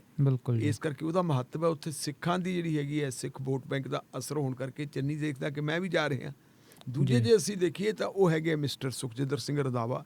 ਜੀ। ਸੁਖਜਿੰਦਰ ਸਿੰਘ ਰੰਧਾਵਾ ਮਾਝੇ ਤੋਂ ਆਉਂਦੇ ਹੈ ਔਰ ਉਹਨਾਂ ਨੇ ਤਾਂ ਸਾਫ਼ ਹੀ ਕਹਿਤਾ, ਕੱਲ ਮੀਡੀਆ ਨਾਲ ਗੱਲ ਕਰਦੇ ਉਹ ਕਹਿੰਦੇ ਵੀ ਜਦੋਂ ਮੈਂ ਬਰਗਾੜੀ ਮੋਰਚਾ ਲੱਗਿਆ ਹੋਇਆ ਸੀ, ਹਾਲਾਂਕਿ ਮੇਰੀ ਬਰਗਾੜੀ ਮੋਰਚੇ ਦੇ ਪ੍ਰਬੰਧਕਾਂ ਨਾਲ ਗੱਲ ਨਹੀਂ ਹੁੰਦੀ ਸੀ, ਗੱਲ ਹੁੰਦੀ ਸੀ ਕਿ ਤ੍ਰਿਪਤ ਰਜਿੰਦਰ ਸਿੰਘ ਬਾਜਵਾ ਦੀ। ਤੇ ਤ੍ਰਿਪਤ ਰਜਿੰਦਰ ਸਿੰਘ ਬਾਜਵਾ ਉਹਨਾਂ ਨਾਲ ਗੱਲਬਾਤ ਕਰਦਾ ਹੁੰਦਾ ਸੀ। ਜਿੱਦੇ ਉਹਨਾਂ ਨਾਲ ਦਾ ਧਰਨਾ ਚੁਕਵਾਉਣਾ ਸੀ, ਉਹ ਦਿਨ ਕਹਿੰਦੇ ਵੀ ਚੀਫ ਮਿਨਿਸਟਰ ਨੇ ਕੈਪਟਨ ਅਮਰਿੰਦਰ ਸਿੰਘ ਨੇ ਮੈਨੂੰ ਭੇਜਤਾ ਵੀ ਤੁਸੀਂ ਨਾਲ ਜਾਓ। ਤੇ ਮੈਂ ਨਾਲ ਗਿਆ, ਜਾ ਕੇ ਉੱਥੇ ਕਹਿੰਦਾ ਉਹਨਾਂ ਨੂੰ ਸਮਝਾਇਆ ਔਰ ਪ੍ਰੋਮਿਸ ਕੀਤਾ ਸੀ ਅਸੀਂ ਕਿ ਹਾਂ ਦੋਸ਼ੀਆਂ ਨੂੰ ਸਜ਼ਾਵਾਂ ਮਿਲਣਗੀਆਂ। ਲੇਕਿਨ ਕਹਿੰਦੇ ਵੀ ਮੇਰਾ ਉਦੋਂ ਮੈਂ ਆਪਣੇ ਆਪ 'ਚ ਪੂਰਾ ਹੱਲ ਗਿਆ ਜਦੋਂ ਉਹੀ ਜਿਹੜੇ ਸਾਧ ਸੰਤ ਸੀਗੇ, ਜਿਹਨੂੰ ਅਸੀਂ ਕਹਿ ਸਕਦੇ ਹਾਂ ਪ੍ਰੋਮੀਨੈਂਟ ਆਦਮੀ ਸੀ, ਧਾਰਮਿਕ ਬੰਦੇ ਸੀ, ਉਹਨਾਂ ਨੇ ਆ ਕੇ ਕਹਿੰਦੇ ਵੀ ਮੇਰੇ ਘਰ ਦੇ ਕੇ ਧਰਨਾ ਲਾਤਾ। ਔਰ ਧਰਨਾ ਲਾ ਕੇ ਜਿਹੜਾ ਉਹਨਾਂ ਨੇ ਸ਼ਬਦ ਲਾਇਆ, ਕੁੱਤਾ ਰਾਜ ਬਹਾਈਏ ਤਾਂ ਚੱਕੀ ਚੱਟੇ, ਇਹ ਸ਼ਬਦ ਲਾਇਆ ਤੇ ਕਹਿੰਦੇ ਮੈਂ ਹੱਲ ਗਿਆ ਵੀ ਸਾਨੂੰ ਬਹਾਇਆ ਕਾਹਦੀ ਖਾਤਰ ਸੀ, ਸਾਡੀ ਜੇ ਤੁਲਨਾ ਕੁੱਤਿਆਂ ਨਾਲ ਹੁੰਦੀ ਹੈ ਤੇ ਕਿਹੜੀ ਮਾੜੀ ਗੱਲ ਹੈ। ਸੋ ਇਸ ਕਰਕੇ ਮਤਲਬ ਜਿਹੜੇ ਹੈਗੇ ਉਹ ਕਾਫੀ ਜਿਹੜੇ ਹੈਗੇ ਫਰਸਟ੍ਰੇਟ ਹੋਏ ਹੋਏ ਹੈ ਔਰ ਉਹਨਾਂ ਨੂੰ ਪਤਾ ਕਿ ਕਰੋ ਜਾਂ ਮਰੋ, ਜਾਂ ਤਾਂ ਹੁਣ ਅਸੀਂ ਪ੍ਰੋਟੈਸਟ ਕਰੀਏ, ਵਿਰੋਧ ਕਰੀਏ ਔਰ ਜਿਹੜਾ ਅਸੀਂ ਲੋਕਾਂ ਨਾਲ ਪ੍ਰੋਮਿਸ ਕੀਤੇ ਆ ਉਹਦੇ ਤੇ ਅਮਲ ਕਰਵਾਈਏ। ਜੇ ਅਮਲ ਨਾ ਕਰਵਾਇਆ ਤਾਂ ਵਜ਼ੀਰ ਬਣਨਾ ਤਾਂ ਵੱਖਰੀ ਗੱਲ ਆ, ਸਾਥੋਂ MLA ਵੀ ਨਹੀਂ ਬਣਿਆ ਜਾਣਾ। ਇਹੀ ਕਾਰਨ ਹੈ ਕਿ ਜਿਹੜੀ ਕਾਂਗਰਸ ਪਾਰਟੀ ਦੇ MLA ਆ ਜਾਂ ਵਜ਼ੀਰ ਆ, ਉਹਨਾਂ ਦੇ ਵਿੱਚ ਬੇਚੈਨੀ ਪੈਦਾ ਹੋਈ ਹੈ। ਬੇਚੈਨੀ ਪੈਦਾ ਹੋਣ ਦਾ ਸਭ ਤੋਂ ਵੱਡਾ ਕਾਰਨ ਇਹ ਹੈ ਕਿ ਉਹਨਾਂ ਦੀ ਸਰਕਾਰੀ ਦਰਬਾਰੇ ਸੁਣਵਾਈ ਨਹੀਂ ਹੁੰਦੀ ਔਰ ਸਰਕਾਰੀ ਦਰਬਾਰੇ ਜਿਹੜੀ ਹੈ ਸਾਰੀ ਬਿਊਰੋਕ੍ਰੇਸੀ ਦੀ ਚੱਲਦੀ ਹੈ। ਬਿਊਰੋਕ੍ਰੇਸੀ ਦੇ ਸਬੰਧ ਜਿਹੜੇ ਹੈਗੇ ਉਹ ਸਬੰਧ ਜਿਹੜੇ ਹੈਗੇ ਬੜੇ ਨੇੜਲੇ ਹੈ ਅਕਾਲੀ ਦਲ ਵਾਲਿਆਂ ਨਾਲ। ਜਦੋਂ ਅਕਾਲੀ ਦਲ ਦਾ ਫੋਨ ਹੁੰਦਾ ਤਾਂ ਉਹਨਾਂ ਦੇ ਕੰਮ ਮਿੰਟਾਂ ਸਕਿੰਟਾਂ 'ਚ ਹੋ ਜਾਂਦੇ ਹੈ। ਅੱਜ ਸਵੇਰੇ ਵਾਕਿੰਗ ਦੇ ਦੌਰਾਨ ਗੱਲਾਂ ਕਰਨ ਲੱਗੇ, ਮੈਨੂੰ ਇੱਕ ਸੱਜਣ ਮਿਲ ਗਿਆ। ਕੋਟ ਫੱਤਾ ਸਾਡੇ ਜਿਹੜੀ ਹੈਗੀ ਹੈ ਮੰਡੀ ਪੈਂਦੀ ਹੈ ਜੀ, ਬਿਲਕੁਲ, ਉੱਥੇ ਨਗਰ ਕੌਂਸਲ ਦੀ ਚੋਣ ਹੁੰਦੀ ਹੈ ਜੀ। ਕੋਟ ਫੱਤਾ ਨਗਰ ਕੌਂਸਲ ਦੀ ਚੋਣ ਜਿਹੜੇ ਮੁੰਡੇ ਦੀ ਅਗਵਾਈ ਦੇ ਵਿੱਚ ਲੜੀ ਗਈ ਕਾਂਗਰਸ ਪਾਰਟੀ ਦੇ 'ਚ, ਉਹਨੇ ਬੜਾ ਪੈਸਾ ਲਾਇਆ, ਬਹੁਤ ਉਹਨੇ ਪੂਰੀ ਮਤਲਬ ਆਪਣੀ ਮਿਹਨਤ ਕਰਕੇ ਤੇ ਉੱਥੇ ਕਾਂਗਰਸ ਪਾਰਟੀ ਨੂੰ ਬੜੀ ਸ਼ਾਨਦਾਰ ਜਿੱਤ ਦਵਾਈ। ਉਹਨੂੰ ਉਮੀਦ ਇਹ ਸੀਗੀ ਕਿ ਮੈਨੂੰ ਪ੍ਰਧਾਨ ਬਣਾਇਆ ਜਾਊਗਾ। ਔਰ ਦੂਜੇ ਪਾਸੇ ਸੰਗਤ ਮੰਡੀ ਹੈ ਇੱਕ ਸਾਡੇ, ਸੰਗਤ ਮੰਡੀ ਦੇ ਵਿੱਚ ਅਕਾਲੀ ਦਲ ਦਾ ਕਬਜ਼ਾ ਹੋ ਗਿਆ ਜੀ। ਔਰ ਹੋਇਆ ਕਿ ਜਿਹੜਾ ਸੰਗਤ ਮੰਡੀ ਵਾਲਾ ਕੈਂਡੀਡੇਟ ਸੀ, ਮੈਨੂੰ ਜਿਹੜੇ ਸੂਤਰਾਂ ਨੇ ਦੱਸਿਆ, ਅੰਦਰਲੇ ਸੂਤਰਾਂ ਨੇ, ਉਹ ਜਦੋਂ ਜਿਹੜੇ ਬੰਦੇ ਨੇ ਉੱਥੇ ਜਿੱਤੀ ਸੀ, ਅਕਾਲੀ ਦਲ ਦਾ ਜਿਹੜਾ ਲੀਡਰ ਸੀ, ਪਹਿਲਾਂ ਵੀ ਉਹ ਪ੍ਰਧਾਨ ਰਿਹਾ ਸੀ, ਬੀਬੀ ਹਰਸਿਮਰਤ ਕੌਰ ਬਾਦਲ ਨੂੰ ਮਿਲਿਆ, ਕਹਿੰਦਾ ਬੀਬਾ ਜੀ ਬੇਨਤੀ ਇੱਕ ਹੈ ਕਿ ਮੈਂ ਬਹੁ ਗਿਣਤੀ ਤਾਂ ਜਿੱਤ ਕੇ ਤੁਹਾਨੂੰ ਦੇਤੀ ਹੈ, ਪਰ ਮੇਰਾ ਜਿਹੜੀ ਮੰਡੀ ਹੈ ਕਹਿੰਦਾ ਇਹਨੂੰ ਰਿਜ਼ਰਵ ਕਰੂਗੀ ਸਰਕਾਰ, ਰਿਜ਼ਰਵ ਕਰ ਹੀ ਦਿੱਤਾ ਤੇ ਜੇ ਤੁਸੀਂ ਇਹਨੂੰ ਜਨਰਲ ਕਰਵਾ ਦਿਓ ਨਾ ਤਾਂ ਮੈਂ ਇੱਥੇ ਪ੍ਰਧਾਨ ਬਣ ਸਕਦਾ। ਕਹਿੰਦੇ ਬੀਬੀ ਹਰਸਿਮਰਤ ਕੌਰ ਕਹਿੰਦੀ ਹੋ ਗਿਆ ਜਨਰਲ। ਉਹਨੇ ਨਾਲ ਦੀ ਨਾਲ ਹੀ ਫੋਨ ਮਾਰਿਆ, ਕਿੱਥੇ ਮਾਰਿਆ ਫੋਨ? ਚੰਡੀਗੜ੍ਹ। ਇਹਨੂੰ ਮਾਰਿਆ ਕੋਈ ਵੱਡਾ ਅਫਸਰ ਹੀ ਹੋਣਾ। ਉਹਨੇ ਫੋਨ ਮਾਰਿਆ ਤੇ ਫੋਨ ਤੋਂ ਬਾਅਦ ਉਹ ਨਾਲ ਦੀ ਨਾਲ ਜਿਹੜੀ ਹੈ ਰਿਜ਼ਰਵ ਵਾਲੀ ਸੀ, ਉਹ ਰਿਜ਼ਰਵ ਦੀ ਬਜਾਏ ਜਨਰਲ ਹੋ ਗਈ ਤੇ ਕੋਟ ਫੱਤਾ ਜਿਹੜੀ ਜਨਰਲ ਹੋਣੀ ਸੀ, ਜਿਹੜੀ ਕਾਂਗਰਸ ਪਾਰਟੀ ਨੇ ਜਿੱਤਣੀ ਸੀ, ਜਿੱਤੀ ਜਿਤਾਈ ਤਾਂ ਹੈਗੀ ਸੀ ਪ੍ਰਧਾਨ, ਉੱਥੇ ਕਾਂਗਰਸ ਪਾਰਟੀ ਦੇ ਜਿਹੜਾ ਜਨਰਲ ਦੇ ਕੈਂਡੀਡੇਟ ਨੇ ਬਣਨਾ ਸੀ, ਉਹ ਰਿਜ਼ਰਵ ਕਰਤੀ। ਹੁਣ ਸਵਾਲ ਇਹ ਹੈ ਕਿ ਕੋਟ ਫੱਤਾ ਜਿਹੜਾ ਹੈਗਾ ਤੇ ਸੰਗਤ, ਇਹ ਦੋਨੇ ਜਿਹੜੀਆਂ ਮੰਡੀਆਂ ਹੈ ਜਾਂ ਦੋਨੇ ਜਿਹੜੀਆਂ ਨਗਰ ਕੌਂਸਲਾਂ ਹੈ, ਇਹ ਨਗਰ ਕੌਂਸਲਾਂ ਬਠਿੰਡਾ ਦਿਹਾਤੀ 'ਚ ਪੈਂਦੀਆਂ ਤੇ ਬਠਿੰਡਾ ਦਿਹਾਤੀ ਦੇ ਵਿੱਚ ਫਿਰ ਕਾਂਗਰਸ ਪਾਰਟੀ ਜਿੱਤੂਗੀ ਤਾਂ ਜਿੱਤੂਗੀ ਕਿਵੇਂ? ਬਿਲਕੁਲ। ਇਸੇ ਕਰਕੇ ਜਿਹੜੇ ਹੈਗੇ ਕਾਂਗਰਸ ਦੇ ਵਰਕਰ ਤੇ ਕਾਂਗਰਸ ਦੇ ਜਿਹੜੇ ਲੀਡਰ ਹੈ ਉਹਨਾਂ ਦੇ ਵਿੱਚ ਬੇਚੈਨੀ ਹੈ। ਕੈਪਟਨ ਅਮਰਿੰਦਰ ਸਿੰਘ ਨੂੰ ਚਾਹੀਦਾ ਕਿ 6 ਮਹੀਨੇ ਰਹਿ ਗਏ ਹਾਲੇ ਵੀ ਉਹ ਆਪਣੀ ਮਸ਼ੀਨਰੀ ਨੂੰ ਚੈੱਕਅਪ ਕਰਨ ਔਰ ਜਿਹੜੇ ਅਕਾਲੀ ਦਲ ਦੇ ਨਾਲ ਜਿਹਨਾਂ ਦੇ ਰਿਲੇਸ਼ਨ ਹੈਗੇ ਉਹਨਾਂ ਨੂੰ ਲਾਂਭੇ ਕਰਕੇ ਸ਼ਾਇਦ ਜਿਹੜੇ ਡੁੱਲੇ ਦਾਣੇ ਉਹ ਇਕੱਠੇ ਕਰ ਲੈਣ ਜੇ ਕਰ ਸਕਦੇ ਹੈ, ਨਹੀਂ ਤਾਂ ਫਿਰ ਖੇਡ ਖਤਮ ਹੈ ਜੀ। ਸੋ ਇਹ ਤਾਂ ਹੋਈ ਜੀ ਕਾਂਗਰਸ ਪਾਰਟੀ ਦੀ ਗੱਲ ਤੇ ਪੰਜਾਬ ਦੀ ਕਾਂਗਰਸ ਦੀ ਗੱਲ। ਸੋ ਇਸੇ ਦੌਰਾਨ ਜਿਹੜੇ ਵਾਅਦੇ ਕਰਕੇ ਆਈ ਸੀ ਸੱਤਾ ਦੇ ਵਿੱਚ ਕਾਂਗਰਸ ਪਾਰਟੀ, ਉਹਨਾਂ ਦੇ ਵਿੱਚੋਂ ਜੀ ਬਹਿਬਲ ਕਲਾਂ ਗੋਲੀ ਕਾਂਡ, ਸੋ ਉਹਦੇ ਸੁਣਵਾਈ 4 ਜੂਨ ਤੱਕ ਮੁਲਤਵੀ ਹੋ ਗਈ ਹੈ। ਸੋ ਕੀ ਹੈ ਜੀ ਖਬਰ? ਅਸਲ ਦੇ ਵਿੱਚ ਇਹ ਹੈ ਕਿ ਜਿਹੜੇ ਬਹਿਬਲ ਕਲਾਂ ਤੇ ਕੋਟਕਪੂਰਾ ਗੋਲੀ ਕਾਂਡ ਜੀ, ਇਹਨਾਂ ਦੀ ਜਿਹੜੀ ਜਾਂਚ ਆ ਉਹ ਇੱਕੋ SIT ਕਰ ਰਹੀ ਸੀ ਜੀ, ਜਿਹਦੇ ਮੁਖੀ ਆਪਾਂ ਕਹਿ ਸਕਦੇ ਹਾਂ ਐਕਟਿੰਗ ਮੁਖੀ ਕਹਿ ਲਈਏ ਜਾਂ ਕਾਰਜਕਾਰੀ ਮੁਖੀ ਕਹਿ ਲਈਏ ਤਾਂ ਉਹ ਸੀ ਕੰਵਰ ਵਿਜੇ ਪ੍ਰਤਾਪ ਸਿੰਘ ਜੀ। ਕੋਟਕਪੂਰਾ ਗੋਲੀ ਕਾਂਡ ਦੇ ਸੰਬੰਧ ਵਿੱਚ ਜਦੋਂ ਹਾਈ ਕੋਰਟ ਨੇ ਫੈਸਲਾ ਦੇ ਦਿੱਤਾ, ਉਹਨਾਂ ਦੀ SIT ਖਤਮ ਕਰ ਦਿੱਤੀ ਔਰ ਨਾਲ ਹੀ ਜਿਹੜੀਆਂ 4 ਸ਼ੀਟਸ ਦਾਇਰ ਕੀਤੀਆਂ ਸੀ ਕੋਟਕਪੂਰਾ ਫਾਇਰਿੰਗ ਦੇ ਸੰਬੰਧ ਵਿੱਚ, ਉਹਨਾਂ ਸਾਰੀਆਂ ਨੂੰ ਰੱਦ ਕਰ ਦਿੱਤਾ, ਤਾਂ ਕੰਵਰ ਵਿਜੇ ਪ੍ਰਤਾਪ ਸਿੰਘ ਨੇ ਅਸਤੀਫਾ ਦੇ ਦਿੱਤਾ ਸੀ। ਇਸ ਵੇਲੇ ਅਸਤੀਫਾ ਦੇ ਕੇ ਉਹ ਆਪਣਾ ਇੱਕ ਉਹਨਾਂ ਨੇ ਵਕਾਲਤ ਦਾ ਪੇਸ਼ਾ ਅਪਣਾ ਲਿਆ ਜੀ। ਲੇਕਿਨ ਜਿਹੜੇ ਲੋਕ ਬਹਿਬਲ ਕਲਾਂ ਗੋਲੀ ਕਾਂਡ ਦੇ ਵਿੱਚ ਆਏ ਹੋਏ ਹੈ, ਉਹਨਾਂ ਨੇ ਵੀ ਜਿਹੜੀ ਹੈਗੀ ਆ ਉਹ 4 ਸ਼ੀਟ ਜਿਹੜੀਆਂ ਹੁਣ ਤੱਕ 4 ਸ਼ੀਟਾਂ ਦਾਇਰ ਹੋ ਚੁੱਕੀਆਂ, 5ਵੀਂ ਹਾਲੇ ਰਹਿੰਦੀ ਹੈ। ਜਿਹੜੀਆਂ 4 ਸ਼ੀਟਾਂ ਦਾਇਰ ਹੋਈਆਂ ਉਹਨਾਂ ਨੂੰ ਚੁਣੌਤੀ ਦਿੱਤੀ ਹੋਈ ਹੈ ਜੀ। ਔਰ ਉਹ ਵੀ ਪੈਂਡਿੰਗ ਪਈ ਹੈ ਹਾਈ ਕੋਰਟ ਦੇ ਵਿੱਚ, ਔਰ ਜੀ। ਉਹਦੀ ਜਿਹੜੀ ਹੈਗੀ ਹੈ ਅਗਲੀ ਪੇਸ਼ੀ ਉਹ 2 ਸਤੰਬਰ ਨੂੰ ਹੋਣੀ ਹੈ ਜੀ। ਇਸ ਵੇਲੇ। ਕਿਉਂਕਿ ਪੰਜਾਬ ਦੇ ਵਿੱਚ ਕਰੋਨਾ ਦੀ ਵਜ੍ਹਾ ਕਾਰਨ ਅਦਾਲਤਾਂ ਕੰਮ ਨਹੀਂ ਕਰ ਰਹੀਆਂ, ਪਰ ਜਿਹੜੀਆਂ ਤਾਰੀਖਾਂ ਹੈ ਉਹ ਤਾਰੀਖਾਂ ਤਾਂ ਫਿਰ ਉਹਨਾਂ ਨੂੰ ਦੇਣੀਆਂ ਹੀ ਪੈਂਦੀਆਂ। ਬਿਲਕੁਲ ਕੱਲ ਤਾਰੀਖ ਸੀਗੀ ਬਹਿਬਲ ਕਲਾਂ ਗੋਲੀकांड ਦੀ ਜੀ। ਤੇ ਕੱਲ ਜੋ ਤਾਰੀਖ ਸੀਗੀ ਤੇ ਉੱਥੇ ਜਿਹੜੀ ਮੁਲਜ਼ਮ ਪਾਰਟੀ ਹੈ ਉਹਨਾਂ ਦੇ ਵਕੀਲ ਨੇ ਦੱਸਿਆ ਕਿ ਜੀ ਜੀ ਸਾਡਾ ਜਿਹੜਾ ਹੈਗਾ ਹਾਈ ਕੋਰਟ ਦੇ ਵਿੱਚ ਚੁਣੌਤੀ ਦਿੱਤੀ ਹੋਈ ਹੈ ਤੇ ਹਾਈ ਕੋਰਟ ਦੇ ਫੈਸਲੇ ਤੱਕ ਇਸ ਮਾਮਲੇ ਨੂੰ ਪੈਂਡਿੰਗ ਰੱਖ ਦਿੱਤਾ ਜਾਵੇ। ਜੀ। ਲੇਕਿਨ ਮਾਨਯੋਗ ਆਪਣੀ ਜਿਹੜੀ ਕੋਰਟ ਹੈ ਉਹਨਾਂ ਨੇ ਕਹਿ ਦਿੱਤਾ ਕਿ ਨਹੀਂ, ਅੱਜ ਦੀ ਤਾਂ ਕੋਈ ਸੁਣਵਾਈ ਹੋ ਹੀ ਨਹੀਂ ਸਕਦੀ। ਹੁਣ ਉਹਨਾਂ ਨੇ ਉਹ ਸੁਣਵਾਈ ਜਿਹੜੀ ਹੈਗੀ 4 ਜੂਨ ਤੱਕ ਮੁਲਤਵੀ ਕਰ ਦਿੱਤੀ। ਲੇਕਿਨ ਉਹ 4 ਜੂਨ ਤੱਕ ਮੁਲਤਵੀ ਕਰ ਦਿੱਤੀ ਹੈ ਤੇ ਪਰ ਜਿਹੜੀ ਉਹਨਾਂ ਨੇ ਚੁਣੌਤੀ ਦਿੱਤੀ ਹੋਈ ਹੈ, ਜਿਹੜੇ ਪਹਿਲਾ ਚਲਾਨ ਪੇਸ਼ ਹੋਏ ਹੈ ਜੀ, ਉਸ ਸਬੰਧ ਦੇ ਵਿੱਚ ਮੇਰੇ ਖਿਆਲ ਮੁਤਾਬਕ ਹੈ, ਕਿਉਂਕਿ ਕੰਵਰ ਵਿਜੇ ਪ੍ਰਤਾਪ ਸਿੰਘ ਤਾਂ ਹੁਣ ਪਾਸੇ ਚਲੇ ਗਏ ਜੀ, ਔਰ ਨਵੀਂ ਜਿਹੜੀ ਹੈਗੀ ਹੈ SIT ਬਣ ਗਈ, ਨੌ ਨਿਹਾਲ ਸਿੰਘ ਉਹਦੇ ਇੰਚਾਰਜ ਹੈਗੀ ਜੀ, ਉਹ SIT ਦੇ, ਤੇ ਨੌ ਨਿਹਾਲ ਸਿੰਘ ਹੋਰਾਂ ਨੇ ਆਪਣੀ ਪੜਤਾਲ ਜਿਹੜੀ ਹੈ ਬੜੀ ਤੇਜ਼ੀ ਨਾਲ ਸ਼ੁਰੂ ਕੀਤੀ ਹੋਈ ਹੈ। ਜੀ। ਉਮੀਦ ਇਹ ਹੈ ਕਿ ਮਤਲਬ ਜਿਹੜਾ ਹੈਗਾ ਇਹ ਆਉਣ ਵਾਲੇ ਸਮੇਂ ਦੇ ਵਿੱਚ ਬਹੁਤ ਜਲਦੀ ਇਹ ਸਾਰਾ ਮਾਮਲਾ, ਚਾਹੇ ਬੇਅਦਬੀ ਕਾਂਡ ਹੈ, ਚਾਹੇ ਕੋਟਕਪੂਰਾ ਗੋਲੀकांड ਹੈ, ਚਾਹੇ ਬਹਿਬਲ ਕਲਾਂ ਗੋਲੀकांड ਹੈ, ਇਹ ਸਪੀਡ ਅਪ ਹੋਣਾ ਹੈ। ਕਿਉਂਕਿ ਕੈਪਟਨ ਅਮਰਿੰਦਰ ਸਿੰਘ ਦੇ ਕੋਲੇ ਹੁਣ ਚਾਰਾ ਕੋਈ ਨਹੀਂ। ਜੇ ਉਹਨਾਂ ਨੇ ਲੋਕਾਂ ਦੇ ਕੋਲੇ ਜਾਣਾ ਹੈ ਤੇ ਲੋਕਾਂ ਦੇ ਕੋਲੇ ਜਾਣ ਦੇ ਵਿੱਚ ਉਹਨਾਂ ਨੂੰ ਘੱਟੋ ਘੱਟ ਆਪਣੇ ਨਾਲੋਂ ਇਹ ਇਲਜ਼ਾਮ ਲਾਉਣਾ ਪੈਣਾ ਹੈ ਕਿ ਬਾਦਲ ਪਰਿਵਾਰ ਤੇ ਕੈਪਟਨ ਪਰਿਵਾਰ ਦੇ ਦਰਮਿਆਨ ਕੋਈ ਅੰਡਰਸਟੈਂਡਿੰਗ ਨਹੀਂ ਹੈ। ਜੀ। ਉਹ ਅੰਡਰਸਟੈਂਡਿੰਗ ਨਹੀਂ ਹੋਣ ਦਾ ਸਬੂਤ ਇਹੀ ਦੇਣਾ ਪੈਣਾ ਹੈ ਕਿ ਜਿਹੜੀ ਬੇਅਦਬੀ ਦੇ ਨਾਲ ਸੰਬੰਧਿਤ ਘਟਨਾ ਹੈ ਉਹਦੇ ਵਿੱਚ ਕੋਈ ਨਾ ਕੋਈ ਕਾਰਵਾਈ ਜਿਹੜੀ ਹੈ ਉਹ ਪੁਖਤਾ ਕਾਰਵਾਈ ਹੋਵੇ ਤੇ ਲੋਕਾਂ ਨੂੰ ਆਪਣਾ ਚਿਹਰਾ ਦਿਖਾ ਸਕਣ। ਜੀ ਜੀ ਬਿਲਕੁਲ। ਸੋ ਇਹ ਸਨ ਅੱਜ ਦੀਆਂ ਖਬਰਾਂ ਦੇ ਉੱਤੇ ਝਾਤ ਪਾਉਣ ਦੇ ਲਈ, ਉਹਨਾਂ ਬਾਰੇ ਚਰਚਾ ਕਰਨ ਲਈ ਬਖਤੌਰ ਸਿੰਘ ਢਿੱਲੋਂ ਜੀ ਦਾ ਬਹੁਤ ਬਹੁਤ ਧੰਨਵਾਦ ਕਰਦੇ ਹਾਂ ਜੀ ਅਸੀਂ। ਅਤੇ ਹੁਣ ਅਸੀਂ ਪ੍ਰੋਗਰਾਮ ਦੀ ਸਮਾਪਤੀ ਵੱਲ ਵਧਾਂਗੇ। ਸੋ ਕੱਲ੍ਹ ਵੀ ਜੁੜਾਂਗੇ ਜੀ ਪ੍ਰੋਗਰਾਮ ਸ਼ਮਾਦਾਨ ਦੇ ਵਿੱਚ, ਪਰ ਫਿਲਹਾਲ ਦੇ ਲਈ ਅਸੀਂ ਆਗਿਆ ਲਵਾਂਗੇ। ਸੋ ਬਹੁਤ ਬਹੁਤ ਧੰਨਵਾਦ ਜੀ।